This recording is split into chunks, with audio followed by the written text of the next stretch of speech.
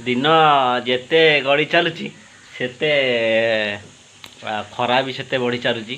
खरार तापमात्रा किंतु कमिबार ना गंध नाही। जेते खरा होती सेते आहुरी गुळुगुळी पवन ता संग पवन टिके भी नाही। एमिति पवन देव पवन एमिति तार राग कौन अच्छी के जानी पवन टिके भी नहीं। आज ये वर्ष कौन है के जानी कहार केते राग खरा को आ पवन को पूरा पूरा नाली तमातम कर दौचे। आ गोटे ये भात बसई आलू को भाजुची आलू भात हो सारापर ये मसला बाटिकी रखी एकाथरे पकईदबा आरंभ करदबा माछ बेसर। या आमर माछ ये थुआई माछ ये आमर पेप्सी सबुठ खरा दिनर कूल कूल ठंडा।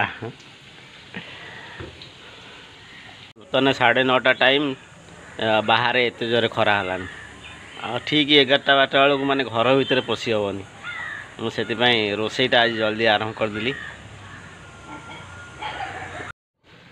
केबे जदि तुम निजर भूल नथिबो सेबे से जगार केबे तमे नईबनी। कारण मो सहित एमती घटी से तुम खोलिकी केबे कही पारुनी। कारण जो जगार तमे नई जाउच से जगार तमे हारिबार संभावना अच्छी। कारण तुम यदि क्या किसी से जगार उत्तर न दौच से मैंने आहरी पछपटू कौन सामने भी छुरी मारिया प्रस्तुत रही। सब प्रतिवाद करने दरकार सब स्वर उठेवा दरकार।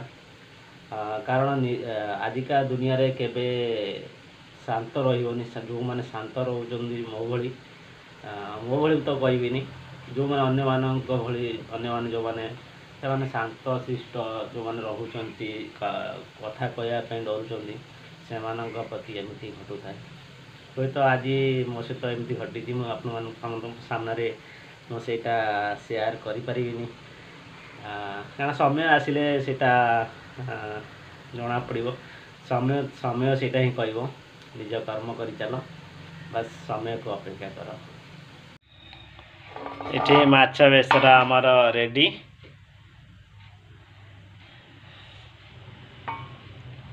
माछ बेसर आलू देची जस्ट बेसी भी पानी नहीं 3-4 जन आराम से खाई पार। माछ बेसर ओडिशा स्टाइल रे माछ बेसर।